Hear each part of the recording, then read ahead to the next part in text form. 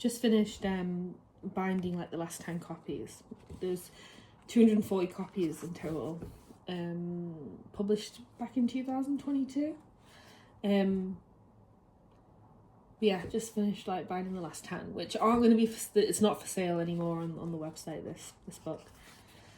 The last 10 are for like my personal archives. But yeah, I made this kind of pact with myself to like finish all the outstanding bookbinding jobs before my 35th birthday on August the 2nd. So we'll see if we'll get there. I don't know if it'll happen, but we'll see. But yeah, it's kind of been interesting, like bookbinding, like finishing the bookbinding for each book, because these books, like, because when I started the press back in 2018, like so much has happened, like not great things have happened, you know. So the books have been with me through that. So finishing them is actually quite like, it doesn't feel emotional, but it feels meaningful and it feels important to finish it and then sort of like let the past be in the past. So it feels quite good today to finish like binding Periodicals, and I love this book, but it feels nice to say, right, you were in the past now. Yeah. And when I when I was binding it, I started thinking, well, I've been thinking about a lot this month, but the cult of the group, or the cult, I think that's the best way to describe it, if I'm being honest, like the cult of the group. And when the best thing about this book is it's 44 different people who've never met, probably never socialized. They're just 44 strangers, like, in a book, and everyone is sort of living side by side in their contradictions, and like, everyone's very different. They're all different poets and saying different things, different perspectives, and I really wanted the book to be like that. It's got a mixture of also children and adults. Like, I think the youngest contributor is 5 years old, which I loved doing, and I'm gonna, if I ever do another Periodicals, this was the first issue. It's been 4 years later, still not been another one, but maybe there will be. But I loved having children involved, and actually, like, because I think there's a lot of wisdom, and I'm going to read you one of the poems actually out that was sent in by Dylan Backless, and he was 7 years old at the time. So let me read it out. Let me find it first.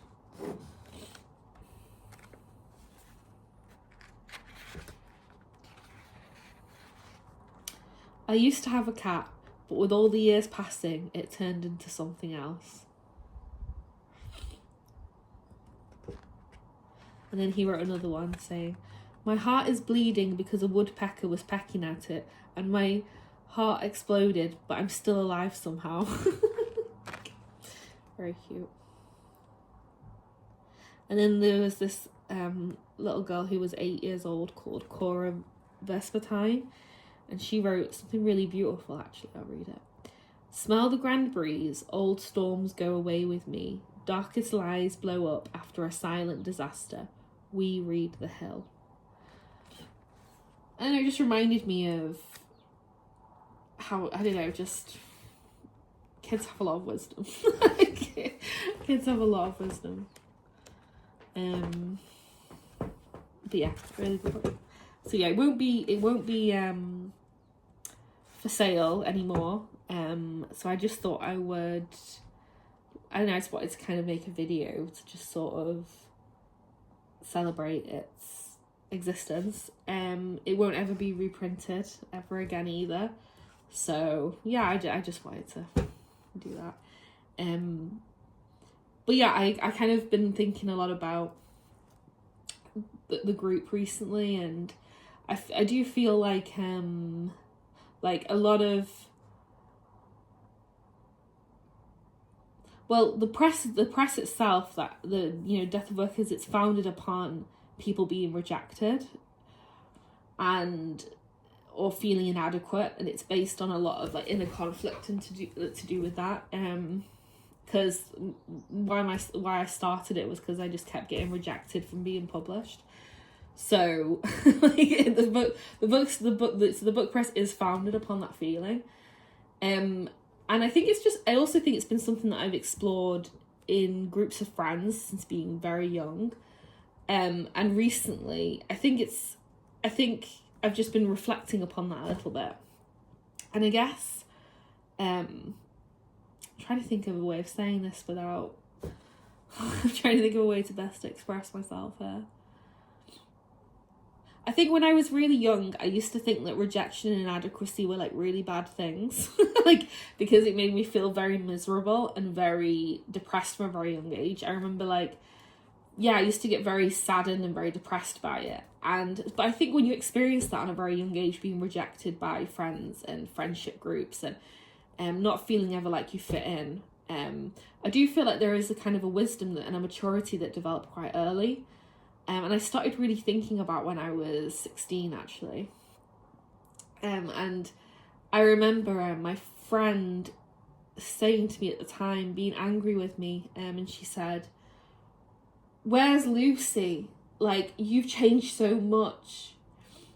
And it really disturbed me when my friend said this to me, because I was just like, I was kind of shocked and I was disturbed, but I was also having a really good time at that point. I was like feeling very good about life, and I just made friends with a lot of different people. I didn't have one.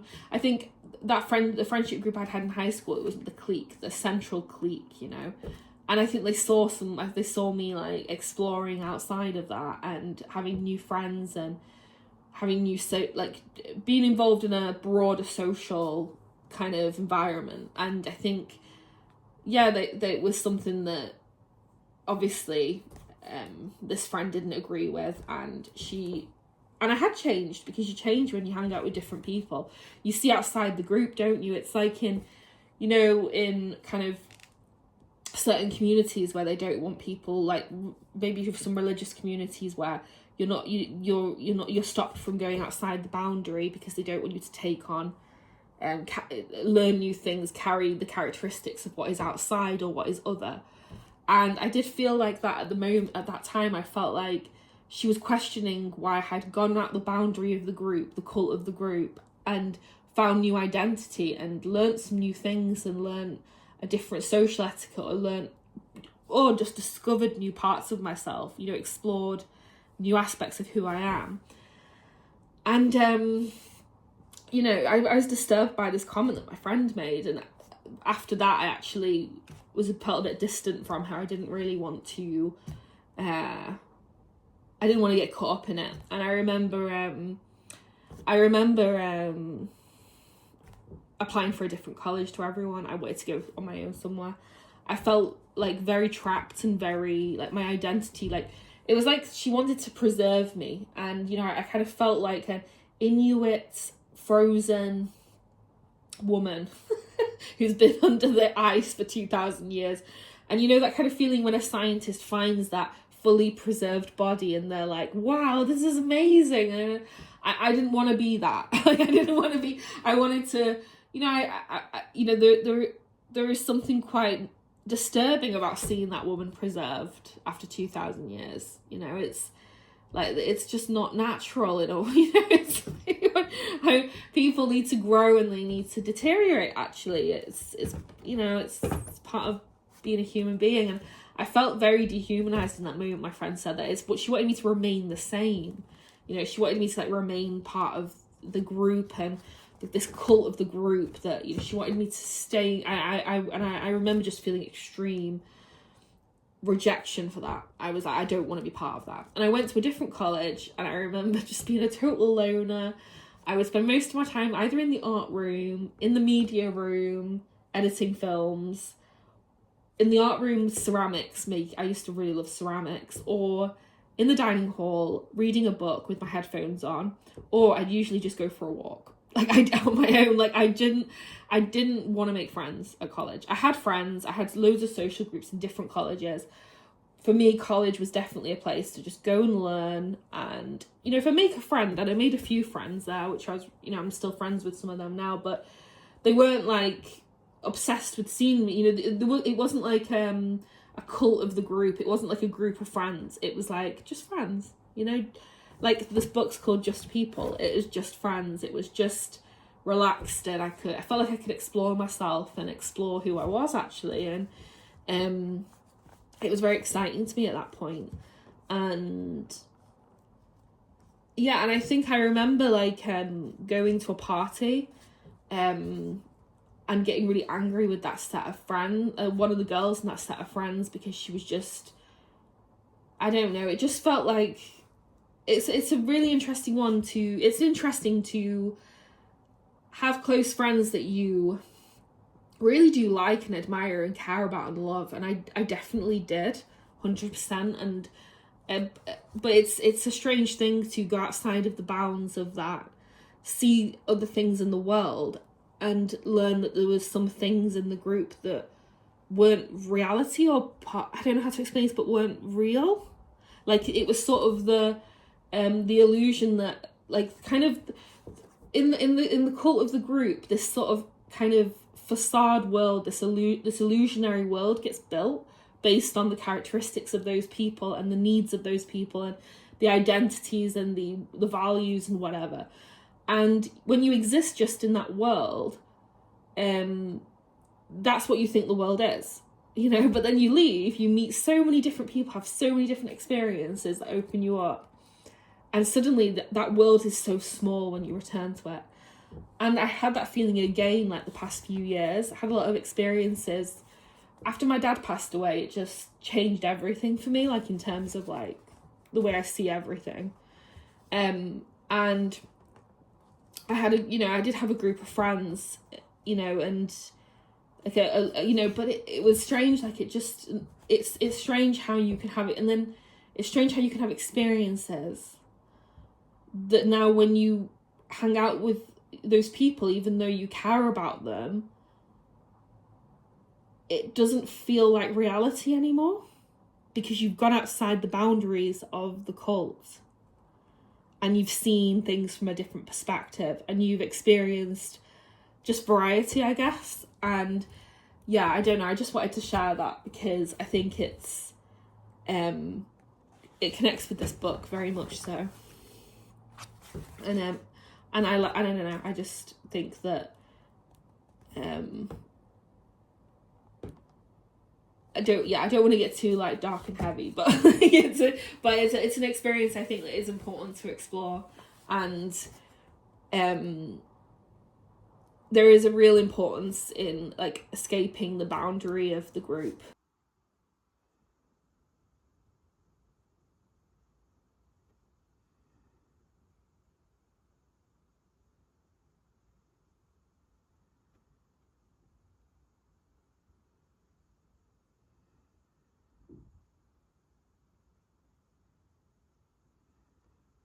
What I was just kind of talking about in the last clip, this book is really good.